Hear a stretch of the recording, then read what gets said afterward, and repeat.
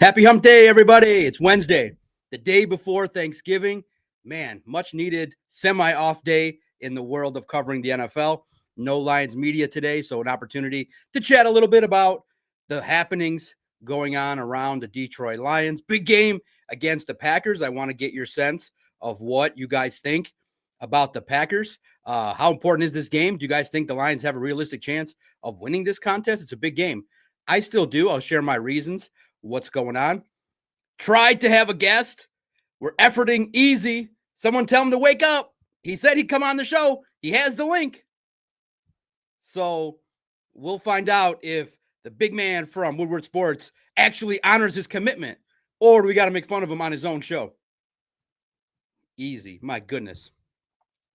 Says, yeah, if you don't got your word, easy, it's not a good sign. Hey, there he is. I spoke his name and he appears. We're going to talk to Easy in a couple minutes here. I'm make him wait in the lobby for a couple minutes because he's got the Arab time going on. My goodness. I thought you no-showed me, my brother. But good. I'm glad we're going to have a conversation, get a different opinion other than mine. But just 2 minutes just to give you my thoughts about the week that was for the Lions. It's a big game. The Detroit Lions are about to enter into a game against the Green Bay Packers that's really has a lot of ramifications in terms of the chance to win the division, a home game at Ford Field, how the fans believe and have confidence regarding the opportunity to have success in the postseason. And so I do think it's going to be a scratch it out, claw it out kind of game. Both teams are not practicing. So it's basically who's going to make the most plays. And I think with the Lions' capabilities, just in terms of the skill level that they have, I think they eke out a tiny 1-point win, 24-23, close kind of game. And fire off your questions. We'll see what Easy thinks about a lot of these topics. And I know he definitely has a lot of strong opinions. You can follow him on X. Definitely the host of the Woodward Sports Heavyweights. My guy Easy, going to bring him in. Now I got to change all the banners. My goodness. The second I change the banners, Easy pops in. So give me one whole second here. It'll look funny. And then boom, I'll bring him on.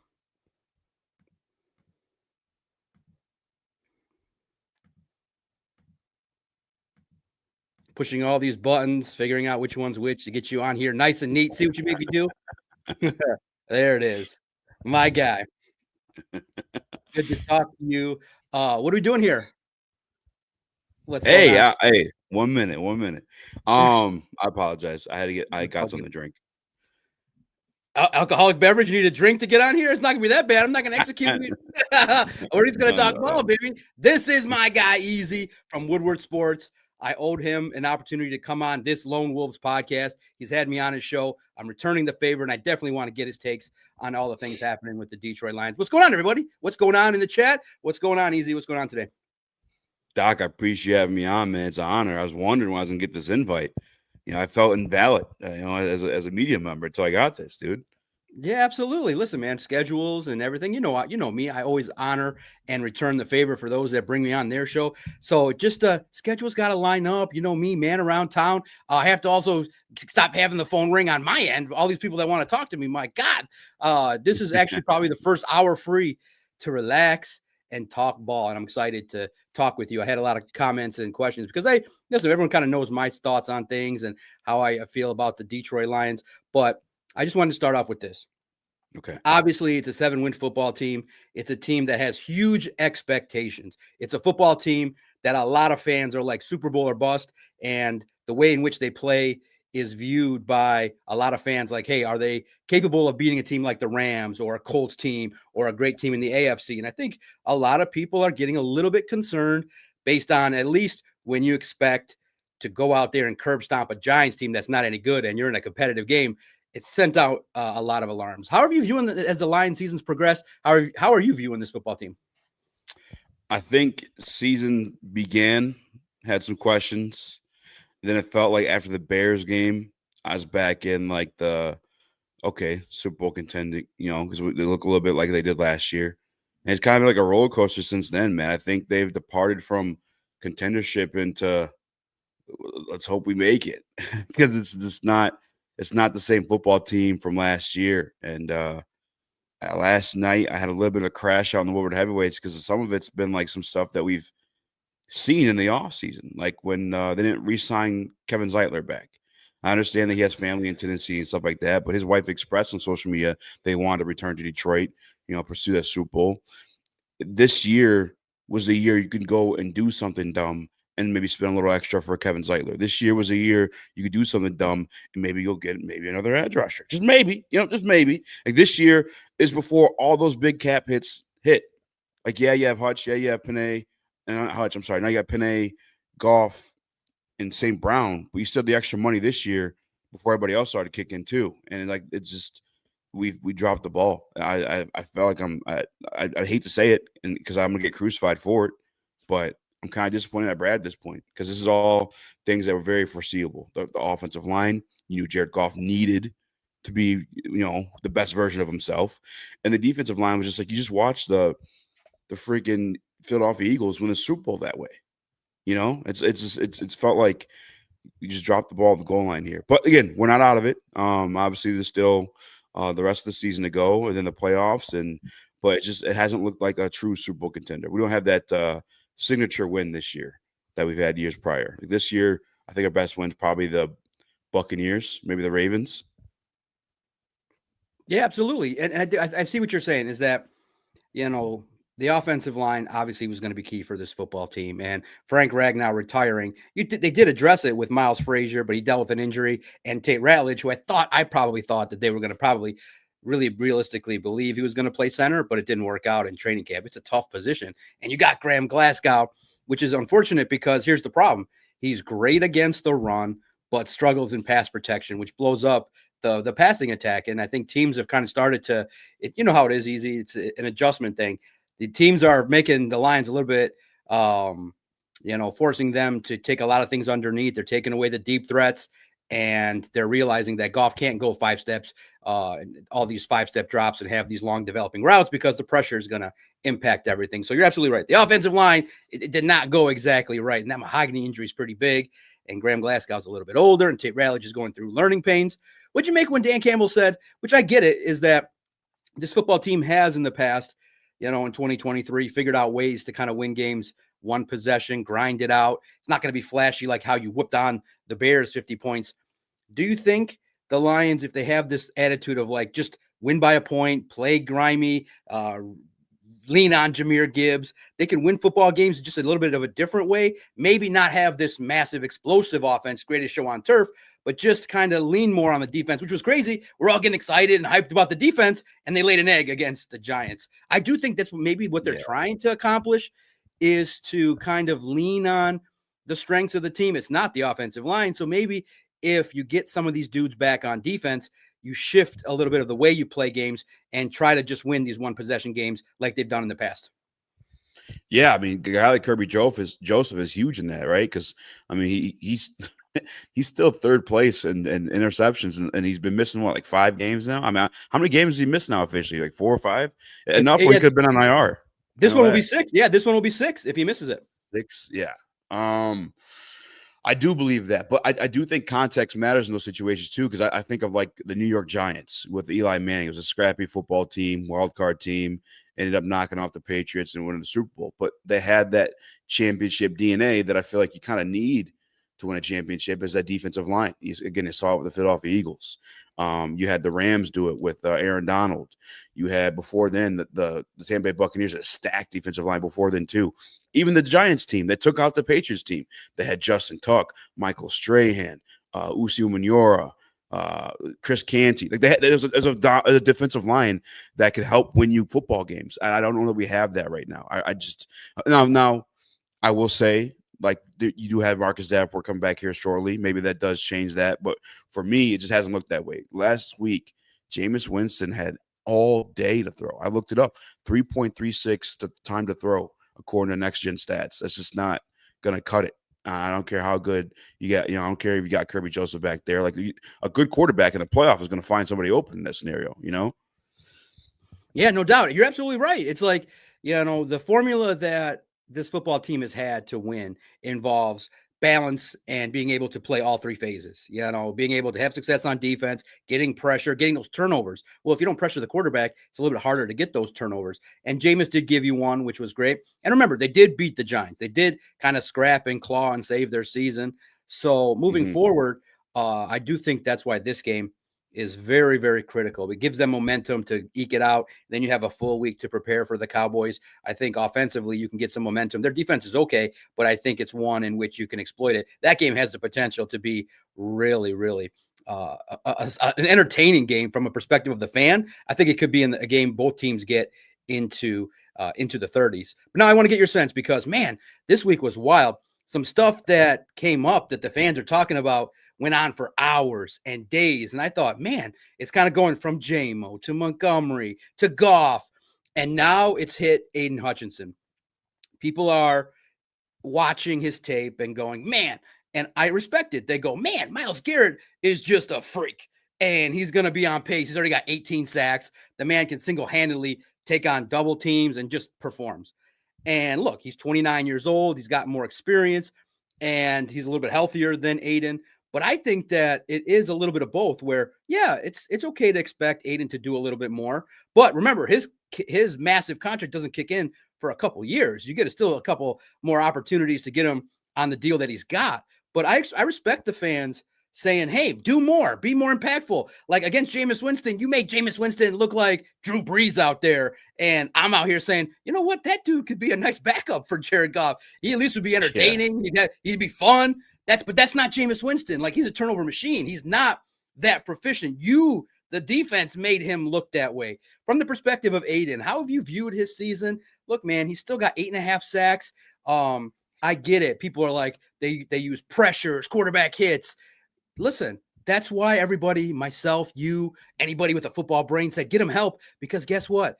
I realistically believe if they would have got somebody a little bit of a higher caliber than what they have, Aidan could have 13.5 sacks right now. That's the difference that people are seeing is like, man, Brad, if you would have not been that way and said, look kind of how the Texans are doing it. They got a young stud, and they got now Daniil Hunter dominating. We all just watched on Thursday night how they were able to stop Josh Allen. So it is with possible. A backup quarterback. Yeah, exactly. It is possible to be able to have two if you just went a little bit more outside of your comfort zone, maybe externally. But how are you viewing this whole Aidan Hutchinson debate? It went on all day this week. I couldn't believe everyone saying, was it a good game? Was it a bad game? How do you stand? How are you viewing Hutch right now? Yeah, that's a tough question because, like, at times he really is just phenomenal. And you look at that Giants game, he sealed the deal. It was Aidan Hutchinson at the end of the day. And like when they say is big time players make big time plays, and Aidan Hutchinson did that. And it actually was Lee McNeil who flushed him out to even give Hutch the opportunity to do so. So it's like, I can't be upset with that one. That's kind of what the recipe is supposed to be, right? If this guy's demanding double teams, then you're opening up another opportunity for this one. That's just how that's how Dan says it too. But again, in the pursuit of a Super Bowl, I definitely still would have liked another guy for sure. But with Hutch specifically, I'm not going to beat him up too bad. He's still been really, really good. He's constantly chipped. I think the New York Giants have a better offensive line than they're given credit for. But and obviously the Eagles have a really good offensive line too. I think Hutch still got one in the Eagles game though. Didn't he get like half a sack or something like that? Yeah, listen, he's been productive, but I think people want him to dominate. And when you're number 2 overall pick, it's okay to kind of view it from that perspective too.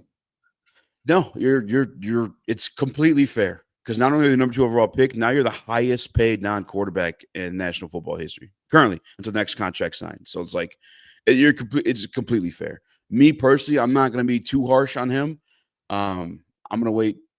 Listen, I like what he's done so far this year. I think more can be done. Yeah, of course, because I'm watching Myles Garrett out there doing it. I'm watching Brian Burns out there doing it. I'm watching the other guys. But then I look at their defensive lines. They also have other guys. You know what I'm saying? It's like it's a recipe, and that's where I'm pointing the finger at Brad again. I hate to do it because it's crazy. He's so good at his job, but it's like that little like. I don't know if it's an ego thing. I don't know what it is, man. But like he just refuses to go the extra mile.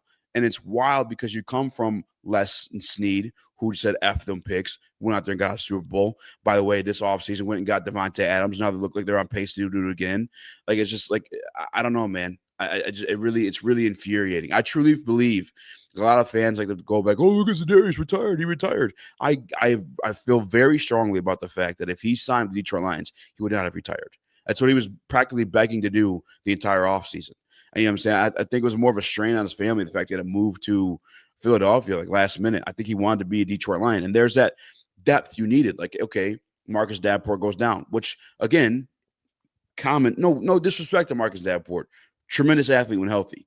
But common sense was he's going to miss some games. It's been his career. And, you know, it's not like he got hurt for 2 years. No, he's been hurt every single year of his career. So go grab a Zadarius Smith to spell him some time to, you know, either give him a breather or keep his body more fresh. Or when he misses those games, have Zadarius Smith ready to go. It's just that, I don't know, just weird stuff to me, man.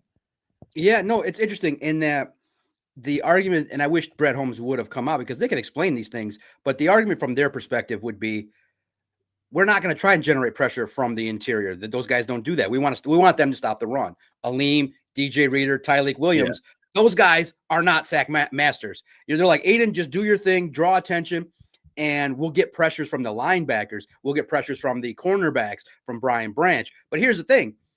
If you give, it's very much a hairline situation. If you give these quarterbacks just that extra, like you said, from that 2 seconds to that 3 seconds, that's enough to get, the Giants receivers opportunities to make big plays. You're asking your cornerbacks to do a lot of things that, you know, it's great. Amik Robertson is a grinder, but even a guy like DJ Reed is going to get beat. You know, that's why it's a different philosophy that you need your defensive line to draw a little bit more pressure than what they've done. And I think that the "we're good" comment did not sit well with a lot of Detroit fans because they feel like, you know what, it doesn't have to be, you know, exactly. It doesn't have to be another $25 million defensive end, but somebody that actually play the field, maybe be around 8 sacks, similar to Aidan, but kind of a veteran, like maybe a Daniil Hunter or somebody a little bit more affordable that you feel can be, bring the pressure that can also elevate Aidan Hutchinson. But we have to give Aidan credit. He is doing a lot of good things, but people recognize that sacks are the ultimate negative play because it draws, it takes teams, makes them, behind the sticks, and it gives you your advantage to the defense. So it's just one of those deals where people look at the defensive line, they say, man, how did Jameis Winston get 3 seconds? And everyone's like, well, Aidan had a good game because PR said that he had 6 pressures or 6 hits. It's the franchise record. Yeah, listen, go watch that. It's like they're well after the throw. Like some of them could have been penalties. And guys, Lions franchise records aren't that meaningful. This is just the 5-year era where they've been actually, moving towards something reasonable. Any franchise record that's being set is because the era before 2021 wasn't that good. So there is that little bit of like, hey, wait a minute here. Like, Aidan Hutchinson is pretty much better than anybody else, but we're comparing Aidan to Myles Garrett. And it's not the same. It's not the same. But like Dan Campbell said, I thought his answer was pretty good. He's like, yeah, we want more. Aidan wants more. But you can't do that much more when you're getting double teamed. You're not getting the calls. And the people opposite of you are not really getting home as much. So I'm very much in line with thinking that Aidan can do more. But I also think that he does deserve a lot of credit for what he's done coming back. He's going to do more in the next couple of years. So I'm excited to see. But I love the debate. It was back and forth. People, good game, bad game. What does he need? The Spartan versus Wolverine. It was amazingly thoughtful to think about. I saw a Michigan State argument too. I want to say for Hutch too, though. I think he leveled up this year with those strips. Like even like at times he's not able to get like a full shout out to Booner. Even the times he's not be able to get like a full sack, he's been able to get his hand out and to poke that ball out like he did against Patrick Mahomes. I respect that part of his game he's grown up in. But I kind of agree with Dr. Detroit in the Woodward Sports chat. Like I love Aidan and I love Brad. It's not really Aidan's fault. It's kind of on Brad. But if you're a Lions fan like myself, you're praying on Davenport to stay healthy the rest of the way through, and maybe Abed Hassani, you know what I'm saying, to come through and I don't know, that kid, there's something about him, man. I don't know if it's just like he's such a great guy, and I'm rooting for him, and I'm making myself believe it, but I hope he's special, or at least this first season enough, does that make sense? The Scorpion King. So you said you guys crashed out a little bit yesterday. Did you guys just, in your thoughts and talking about the team, just kind of feel like the way in which the season would have been different if Brad Holmes was a little more aggressive in free agency? Also, listen, it's fair to say that when you look at Brad Holmes, he's the best at what he's done comparative to other Lions general managers. But now the same thing as relative to Aidan Hutchinson being compared to Myles Garrett, Brad Holmes is being compared to Howie Roseman.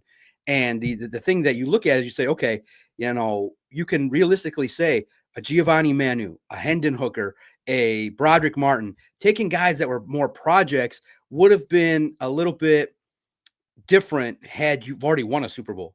Like you were in the midst of what people believe was your Super Bowl window. So there should have been a little bit more willingness to draft ready-made guys. Like even if you're going to sacrifice all those picks for Tesla, there's got to be a little bit more impact based on the fact that, people believe that the window is this year and next year. So this little bit of the yin and yang that he's got to deal with to keep the team competitive versus pushing. I think the fan base is like, listen, it's fair. We like the team being a perennial winner, but there should be a little bit more aggression. Doesn't have to be full on trade 4 or 5 picks, but a couple, just a little bit more aggression in free agency and in the trade market to try and make a bigger push. Because right now, as we speak, most people believe the Rams are going to kick your tail in. What'd you guys crash out about? I'll give Brad like this. Some of this is due to injury, like Christian Mahogany. That's very unfortunate. I think the offensive line did look better with him in there and pass protection versus Coyote. I think Coyote last week was horrendous. If you go watch back some of that tape, Coyote was getting worked by any and everybody who stepped across from him. It was nuts. So I'll give Brad some leeway with that. But again, going into the season, offensive line and defensive line were just like the common fan knew. You know what I'm saying? There's no excuse for the general manager of this team not to know and or address those needs. Like, especially Kevin Zeitler. I felt like he was a borderline all-pro last year. Like, he was phenomenal up until he got banged up in that Vikings game, but he was great. The other thing, too, defensive line, that's been a thing for 3 years, dude. 3 years. And you value the trenches clearly. You drafted Aidan Hutchinson number 2. You drafted Penei Sewell. Like what is the stubbornness? Like what is the problem? Did you make a bet? Did you go win a Super Bowl without go get another guy there? Like seriously? I mean, what's going on? It's just it's that level of like what the F is going on. It's just because again the common fan knew, and that's why I was frustrated. Kevin Zeitler in Super Bowl winner you let walk, and you just refuse to get another defensive end opposite of Aidan Hutchinson. And again, Davenport, Hassanine, they could be your answers for that one, and Mahogany, the injury too. Like maybe those guys were the answers, and just happenstance they happen to get hurt too. So I can't completely blame Brad, but it also doesn't feel like he put his best foot, make the best effort to address those. Yeah, exactly. And by the way, I'm not excusing him, but I'm not excusing him from the Frank Ragnow retirement. You knew damn well Frank Ragnow's retirement was coming. You talked about it 2 seasons ago. You know what I'm saying? Yeah. You were talking about it every single offseason. You knew it was coming. There's no excuse. Yeah, should have been done with players more ready, like the Manu pick. Again, you could have addressed it a couple years ago. And also people will look at it too. When in 2023, when you had a team, if you would have foreshadowed maybe that they would have maybe made a run in the postseason, you would have made a bolder move other than Donovan Peoples-Jones, more impactful, and now he does trade draft picks, but they're willing to be more patient.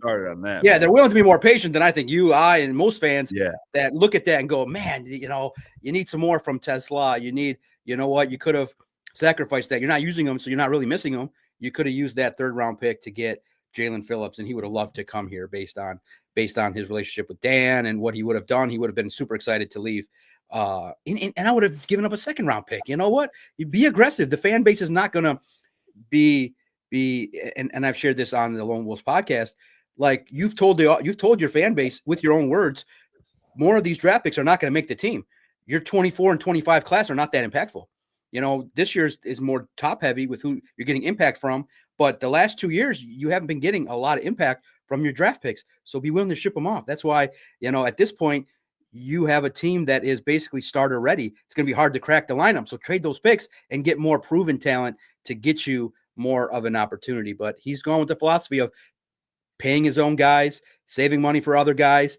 And that's why I brought up the Shedeur Sanders. Now, if you guys actually read the story and not just the headline, you'll understand that it's not realistic, but it's a topic because the Jared Goff debate is always going to be there. And maybe we'll mix that in after the Packers preview. But in the end, you're committed to Jared Goff because next year, guys, and it's just basic math, he carries a $69 million cap hit. That's not nice. So what that means is they're going to restructure it. And so when they do that, it's going to tie Jared Goff to this team for the next 3-4 years. And you're going to get $40 million more money to pay Gibbs and Laporta or whoever you decide to pay. Goff is going to restructure. It's a doc, an easy guarantee. His cap hit will not be $69 million next year. But that means you got Jared Goff, so you got to build around him. And Easy's right. If you know what's coming, how the hell do you not give him an offensive line every year with depth and with a lot of talent, knowing what he needs? So absolutely, it's worth a crash out, because it's kind of like, man, ultra risk to go into the season with that young of an offensive line, which the national media and some people that talked about the Lions did talk about, and I'm sure you guys did at the heavyweights. Now, this is the biggest game of the year. It's Thursday. Mhm. I don't think it's going to be clean football. I don't think you're going to see the greatest show on turf. These guys are on fumes. The Lions defense was out on the field quite a bit, so it is a mental game. But I just feel like, in my opinion, the Lions offense has a little bit more weapons to attack, but I am concerned. Easy, I'm concerned. I think Micah Parsons is about to have 3-4 sacks against Jared Goff. I mean, it's pretty clear he's going to – I mean, this is not rocket science. You watch film, I watch film. It's not that difficult. He's going to stunt up the middle. Like, I love how Dan said, I love my tackles. Yeah. Penei Sewell and Micah are not going to be clashing all that much at times, but Mr. Micah, not free advice here, is going to be stunting quite a bit. He's going to be coming through the middle, looking through Tate Ratledge, trying to come through Coyote Awosika. Not that difficult. So I'm concerned because Jared Goff's been taking a lot of hits. I feel like this game has a chance to be a grind it out kind of game. But you know what? When you got Jahmyr Gibbs, let's go. Ride the hot hand. Let's see what he can do. How are you viewing this game? How confident are you? And how do you see this game shaking out? Because, I think a lot of people are hopeful, but very, very cautious, because that Packer team put a hurting on you week one, and it sent everybody, myself, about that offense. Everybody got more concerned about miscommunication with your offensive line when you have a whole offseason to prepare. And it really exposed a lot of things and set off a lot of these debates that we're having now. How are you viewing this game? Oh, man.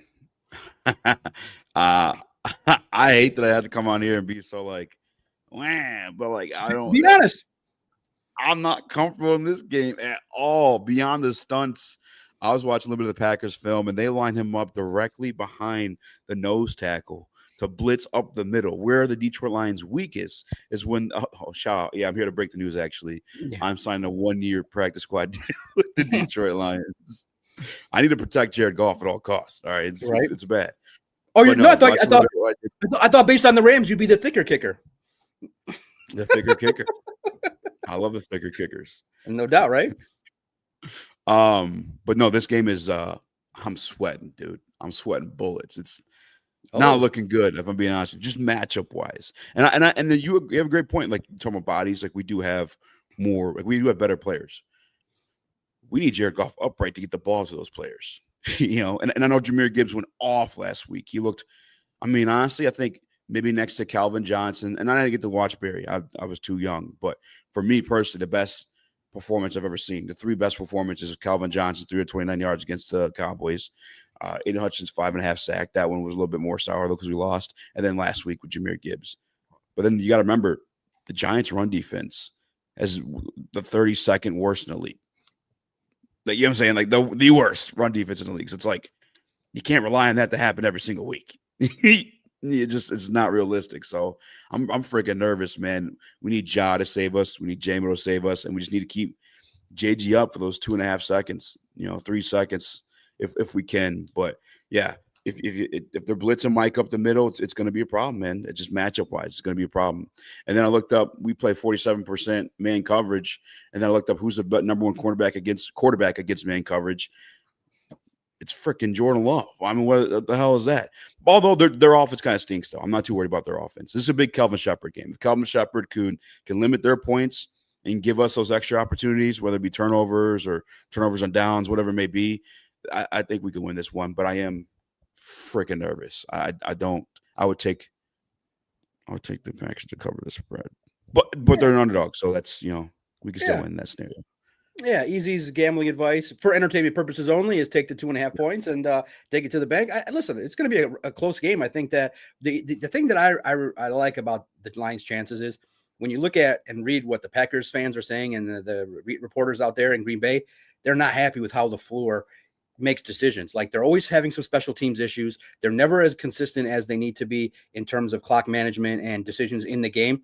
So I think Dan Campbell, if he can figure it out and make sure that you take some points when needed, I think the Lions are going to outcoach the Packers. I do think that they're going to go away from Michael Parsons and they're going to utilize Gibbs. And you got 3 great weapons. I mean, if they're used properly, and I think the adjustment has to be quicker passes and to lean into a little bit of that shorter passing game with the hopes of maybe some creative ways to get some more explosives in the passing game. You got Jamison Williams. I do think that he's got the opportunity to break one at any time. Jahmyr Gibbs, man, he's coming, proven out to be maybe one of the top 1 or 2 running backs in the entire league. You lean on those guys, and you take the football out of Jared Goff's hand. You say, you know what? Let's get some screen passes. Let's also introduce back in David Montgomery in this offense.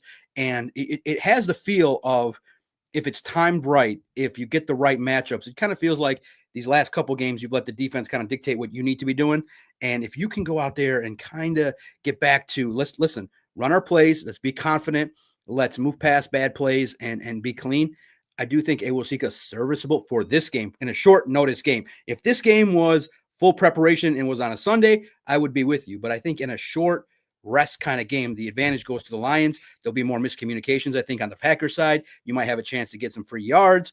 And I think that in the end, in a close game, the biggest players will make the biggest plays. And I just think that Goff to St. Brown, when he's now catching the ball, hopefully will extend the chains and give, I think, the fans something that they really want. I do think the Lions are sensing the desperation, because if they lose this game, man, you're talking about your entire playoff future, depending on going out on the road and maybe some luck. Like 10-7 this year, Easy might not make it. That's how competitive the NFC is. So they're both 2 desperate teams, but in the end, I like the Lions to win, and I'm more confident than you, but I respect you coming on here and saying that, the Packers bring some things to the table, and, their defense has the chance to shut down the Lions because they're going to pressure Goff and they're going to disrupt things. When you don't have an offense, like, look what happened. Gibbs didn't have a good game week 1, and Gibbs against good defensive lines has struggled. So I think you're fair and you view it like, okay, we're not going to assess the Lions when they curb stop the Commanders or against bad teams like the Giants.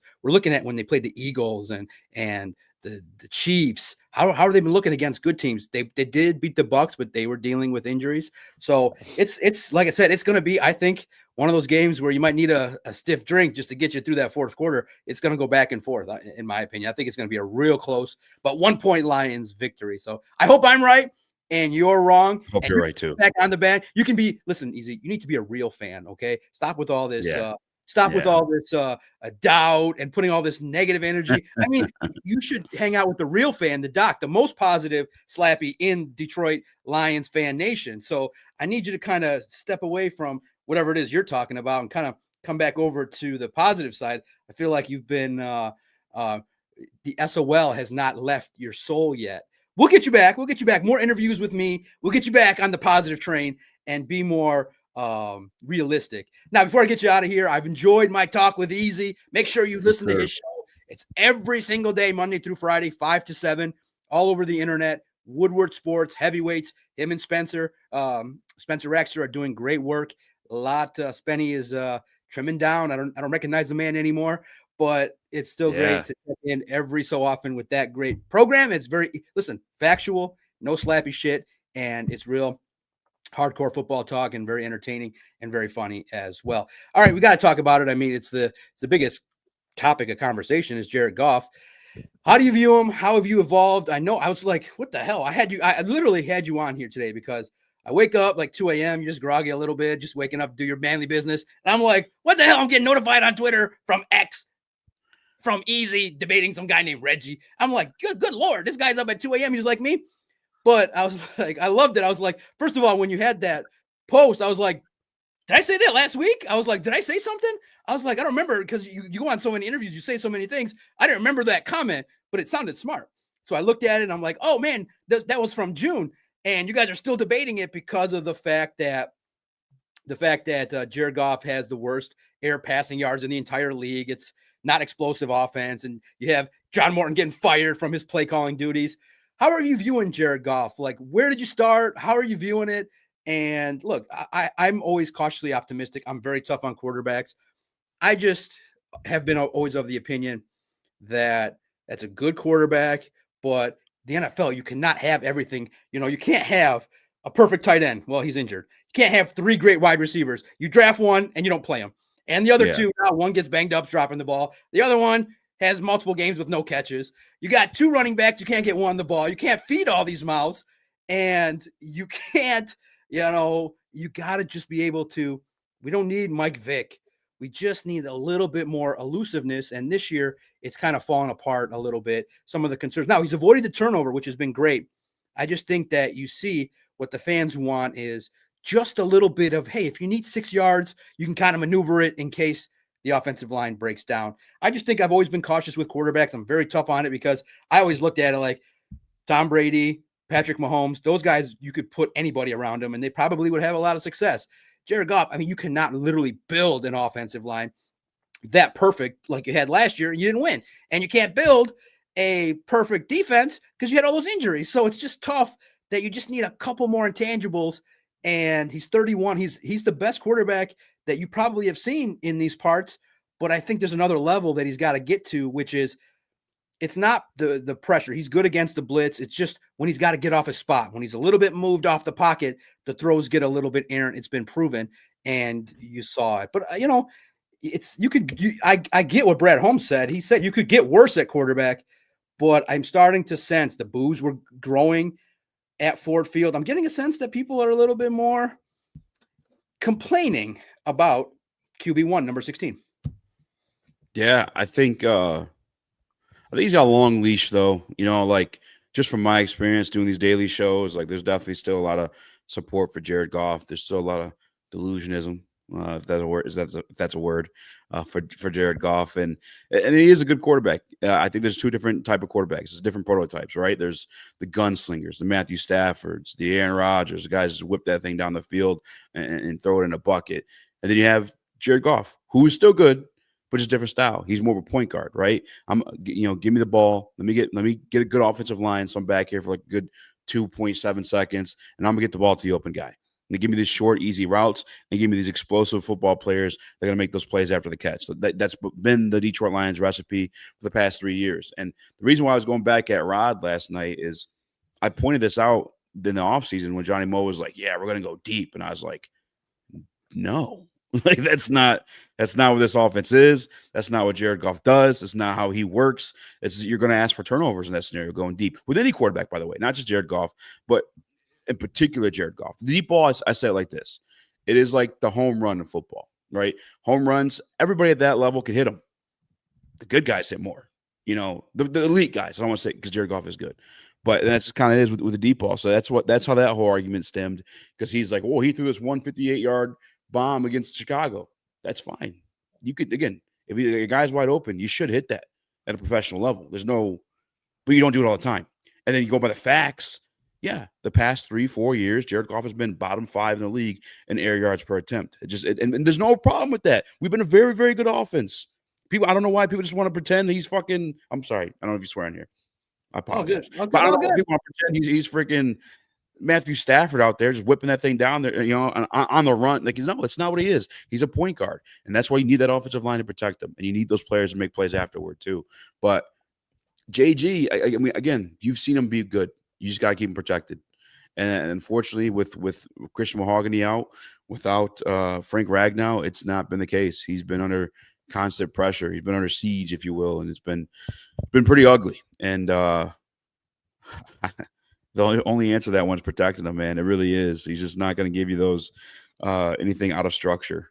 Just make it perfect. Make it perfect. However you need to make it perfect, figure it out. And we'll see, man. It's going to – I hate to see it because Detroit's not nice. If they restructure his contract and he's here for the next 4 years and you just keep getting to the postseason, man, that's going to be – that's worse heat than Stafford got. Stafford, people already said, hey, they came to the conclusion he ain't it. You're going to have the debate linger on for 4 years that he's a tease, that he can get you to the postseason. But, I just hope that they get one this year, next year. And at least the good news this year is that they didn't raise the price for next year, but you got to pay up. The tax lady came up and said, hey, if you want to go to the playoffs this year and pay up, the season ticket holders got to pay up their fee right now to get to the postseason. I saw some of those numbers. I was like $1,800 I saw for 2 tickets. That's pretty sick. It's pretty sick. The tax man came and Miss Sheila's like, pay the godmother or there's be 20,000 other people ready to get your tickets. So it's really crazy. A couple more minutes left with my guy Easy. co-host of the Heavyweights on Woodward Sports, 5 to 7, all across the digital airwaves, Facebook, X, YouTube, when he's not getting banned. And listen, last 5 minutes, tell us about the show. How's it been going? Listen, I'll say this. As somebody who tuned in early supporter, been a guest on the show, you guys have gotten so much better, more comfortable as a duo. You could sense it from the time you guys started till now. You're much more comfortable being in front of the camera, taking in all the heat from the chat and everybody out there in the internet world. And once you see the confidence, the show got so much better and entertaining. You guys have been putting in the work, learning and developing relationships, the great interviews you do with Herman Moore, all the work that you're putting in to learn as much as you can about broadcasting and the NFL world and all the content you got to do. How's the show been going? How you been liking it? And what's the future looking like for the Heavyweights on Woodward Sports? Doc, man, I do want to thank you and show my appreciation because you were one of the early supporters of the Woodward Heavyweights. And it meant the world to me, to be honest with you, because you're one of the first media members to reach out and treat me like, oh man, oh gosh. No, but I appreciate you supporting us and reaching out and I don't know, giving me, that was part of that extra boost of confidence. Someone like you reaching out and sharing the Malcolm Rodriguez interview that we had and all that stuff like that. So I do really appreciate you. Today, we're probably gonna be doing a show/watch party for the Detroit Pistons as they try to pursue that franchise win streak record. That'd be pretty sweet to do. But other than that, that's all we really got going on new here. Probably have Herman Moore on here shortly too, but hopefully no crash outs Friday, because hopefully we'll be winning this game on Thursday and we'll just be talking a whole lot of Jared Goff and Aidan Hutchinson is the best. And hopefully that's the plan for Friday. Yeah, absolutely, man. Positivity. Yeah, the Detroit sports scene is filled with content creators. And I've always been of the opinion that, everybody should support each other, have some respect. It's respectful competition. And I always knew how I was perceived. And I looked at it like, man, these guys are doing something different than I was doing. So you guys helped me grow and become more inclined to do videos because I liked the behind the scenes kind of stuff. I was more of the producer lab guy. But you guys gave me the confidence to say, hey, if these guys are doing it, then I know I could do it. Oh, damn. Yeah, absolutely. I was like, oh man, look at these two.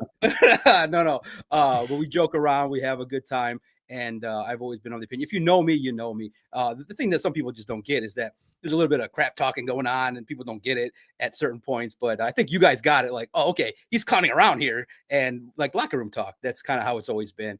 And yeah, absolutely. You guys are funny. You had me on, and so I've always respected those that try new things. And it was new, it was different, so it's all good, man. It's all good at all. And you guys have been nice. You put me on the show. Let me say whatever the hell I want. I mean, I came on the show talking ninjas, and you guys didn't boot me off the air. I was like, okay, that was a little test, and you guys did it. So I'm really proud of what you guys have done. And listen, anybody that grows and try, you can see it. You can see the work. You just watch it and see it. The effort was there, and you didn't take the opportunity you had for granted, and you were serious. You were like, okay, let me ask people and learn the craft. And before we get out of here, a super chat. Do you think Brad Holmes will be on the hot seat if we don't make the playoffs this year? Easy. And what's your favorite dish on Thanksgiving? We'll get out of here on that. Listen, no joking. I think Easy likes everything. I don't think he's going to discriminate from anything. Same as me. We just put everything on the plate and hope we survive. And then get the Pepsi, please. That's Thanksgiving for me. We don't discriminate against nothing. So Dan's like turkey and ham. I'm like both. What's the best dessert? All of them. Turkey sucks. Oh, turkey all sucks. Of it, all of it.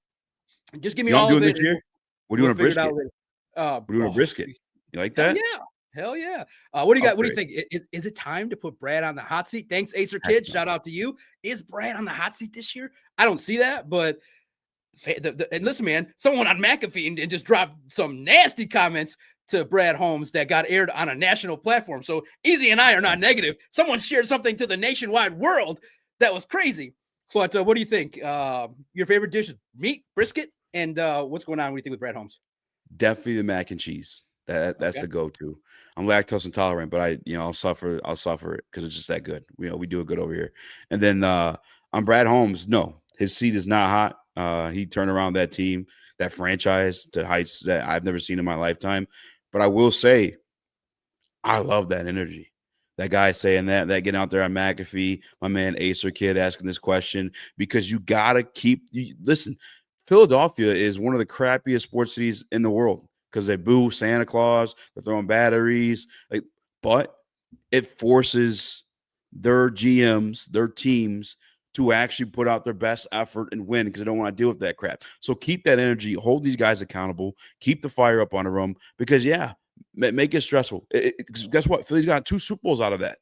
You know, tell Brad Holmes, F you, do better. He's doing a great job, by the way.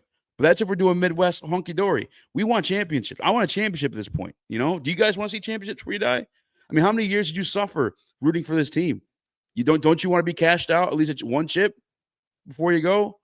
Keep that energy. I have no problem with Ace or the kids saying that. I really don't. I don't believe it to be the case. I don't want it to be the case. But keep that energy so they, you know what I'm saying, force results. Absolutely. This has been the Lone Wolves Podcast, Wednesday edition. Trying to come on 2-3 times a week. Always appreciate the great content creators like Easy, Spenny, everything going on at Woodward Sports.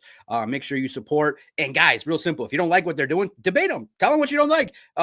Listen, He's got the platform. He ain't going anywhere. I'm not going anywhere. So the best part of today, Easy, was people read the Shedeur Sanders and didn't understand the first two words of it, fact or fiction. And then they didn't even say, they're spitting back what I wrote in the story, which is very funny in that they don't understand what they're reading and they don't understand the purpose of what they're reading. So in the end, if you don't like anything Easy says, blame him, not me. I'm not in his family. I'm in a different family. Blame me, but go to just have fun in the chat, be respectful, and let everybody, get an opportunity just to say their piece. But it's a great sports community here in Detroit because we can all debate different ideas and different thoughts in a respectful way. That's what makes Detroit great, is that there are a lot of great opinions and they're all being shared. And eventually, everyone wants the same thing. We're all wearing Old English D. We all want the Lions to have success because it's better for everybody. And it's a great opportunity to check in with you. We'll do it again. Sorry for making you wait this long, but I figured, 4 or 5 years in as a content creator, you did enough good work to earn a spot on this very fine broadcast. Let's talk soon, everybody. Make sure all the particulars, you find us on YouTube, find us all over the internet, become members, do all the things you guys do. Like this stream, like Woodward Sports, become subscribers, and we can all continue to have these great, fun conversations. Let's check in soon. Detroit Lions 24, Packers 23.